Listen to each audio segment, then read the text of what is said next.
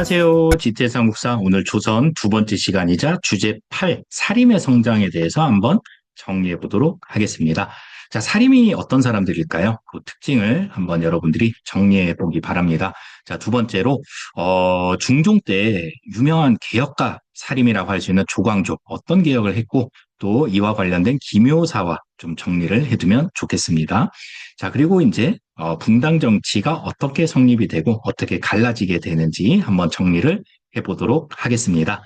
자, 우리 시간을 조금 앞으로 거슬러 올라가면 고려 말에 급진파 사대부와 온건파 사대부가 있었다라는 얘기를 했었죠. 신진사대부가 쫙 갈라졌다라는 얘기를 했었는데 결국에 조선을 건국하는 거는 급진파 사대부였다라고 얘기를 했었고 조선이 건국된 다음부터는 이들을 관악파, 나라의 학문을 하는 사람들이다.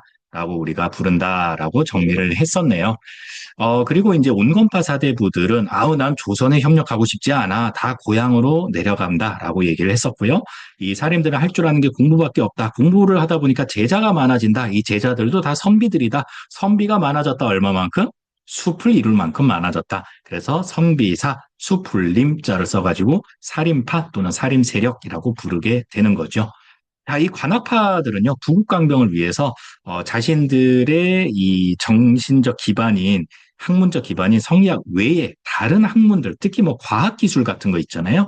그런 부가적인 학문들도 존중을 합니다.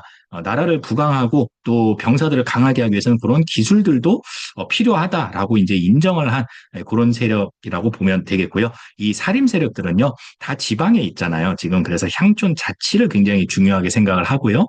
그 다음에 이 통치자가 덕으로 천하를 다스려야 한다라는 그런 이상적인 왕도 정치를 굉장히 중시하는 그런 모습을 보이게 됩니다. 자, 세조의 쿠데타에 협력했던 관아파 세력들, 공훈이 있는 그런 세력들을 우리가 훈구 세력이라고 불러요. 또는 훈구파, 훈구 세력이라고 부르게 되는 거고요. 요거는 이제 세조의 쿠데타를 도왔던 세력이다라고 생각을 하면 되고 권력을 잡고 있는 사람들입니다. 자, 반면에 성종 때가 되면은 이 훈구 세력들을 좀 견제하기 위해서 이 사림 세력들을 3사에 등용을 하게 됩니다. 여러분 잠깐만 교과서 34쪽으로 한번 돌아가 보세요. 지난 시간에 우리가 조선 중앙정치기구에 대해서 공부를 했었잖아요. 거기 교과서에 표가 나와 있습니다. 그중에서 사헌부, 사간원, 홍문관 요 세 기구를 3사라고 불러요. 언론기구의 역할을 했었다라는 얘기고 여기에서 이제 훈구파의 비리를 굉장히 많이 비판을 합니다. 누가요? 살림 세력들이 이렇게 비판을 한다.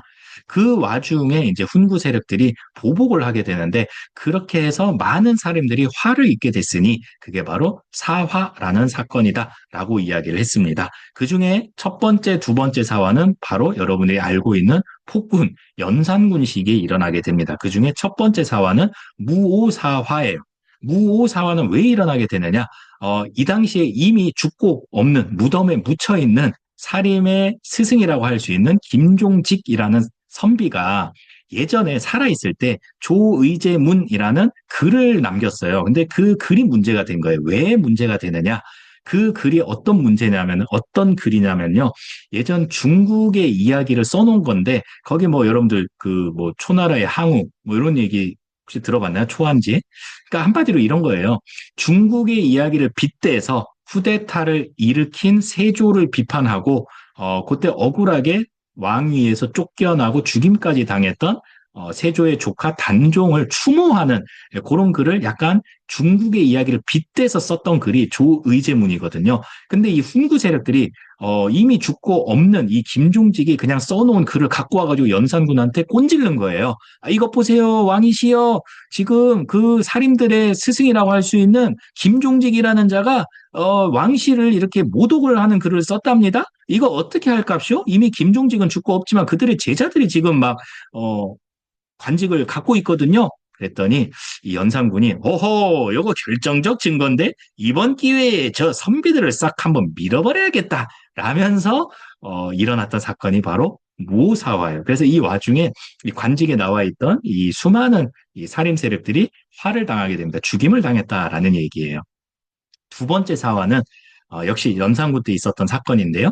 갑자사화가 되겠습니다. 갑자사화는 한마디로 좀 연산군의 컴플렉스랑 좀 관련이 있다라고 생각을 하면 되는데, 이 연산군의 엄마, 연산군을 낳아준 엄마가 결국에는 사약을 받고 죽거든요. 이렇게 뭔가 좀 문란하다라고 해가지고 죽게 되는데, 이 자신의 엄마 폐비 윤 씨의 사망 사건에 이 살림 세력들이 많이 관련이 돼 있다라고 이제 훈구 세력들이 막 음해를 하는 거예요. 그래서 이 연산군이 너희가 어떻게 우리 어머니에게 이럴 수가 있단 말이냐 라면서 싹 다시 한번 남아있던 살림 세력들을 싹 밀어버린 사건이 바로 갑자사화입니다.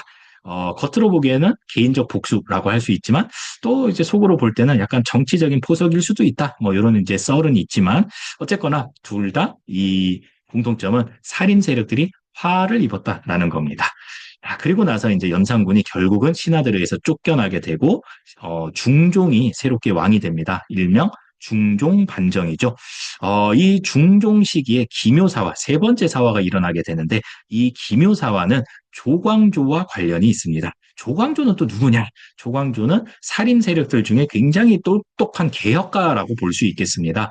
여러 가지 개혁들을 추진을 해요. 그 중에서 이제 첫 번째는 훌륭한 인재들을 추천을 받아서 관직에 올립시다. 그게 바로 혈량과라는 제도예요. 추천을 통해서 이렇게 뭔가 관리들을 등용합시다라는 제도고요. 그다음에 지방에서 향약을 굉장히 많이 보급을 합니다. 결국 이게 어떤 의미를 갖고 있냐면은 지방과 중앙의 살인들의 이 세력을 강화하는 쪽으로 점점 개혁을 했다라는 얘기예요. 그 다음에 이제 결정적으로 위훈 삭제를 추진하게 되는데, 위훈, 거짓된, 위조된 공훈을 삭제한다라는 뜻이거든요. 이걸 누구를 겨냥한 거냐면요. 바로 훈구 세력들을 직접 겨냥한 겁니다. 요새도 그거 있잖아요. 그 나라에 공을 세운 사람들의 후예들, 그 뭐라 그러죠? 국가유공자라고 부르죠. 국가유공자. 그게 이제 이 당시에는 훈구 세력이 여기에 이제 해당이 됐는데, 얘네들의 공운이 좀 이렇게 부풀려져 있는 애들이 있다라고 조광조가 주장을 한 겁니다. 그래서 다시 한번 조사를 해가지고 거짓된 공운은 삭제를 합시다라고 이제 주장을 했던 거예요. 이게 이제 훈구 세력들의 영린을 건드린 거죠. 그래가지고 모함을 하게 됩니다. 이 훈구 세력들이요. 이번에는 조금 뭔가 디테일에 신경을 많이 씁니다. 그래가지고 이 궁궐 있지 않습니까?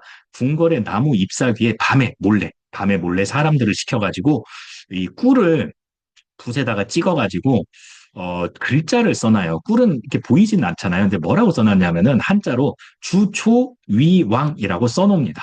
그러자 어떤 일이 벌어지냐면은 아침이 되니까 이 벌레들 있잖아요. 애벌레들이 그 달콤한 꿀이 발라져 있는 그 글자가 써 있는 부분을 먼저 파먹은 거예요. 그러니까 나뭇 잎사귀가 주초위왕으로만 이렇게 구멍이 뽕뽕뽕 뚫려 있는 기이한 현상이 일어나게 되는 겁니다.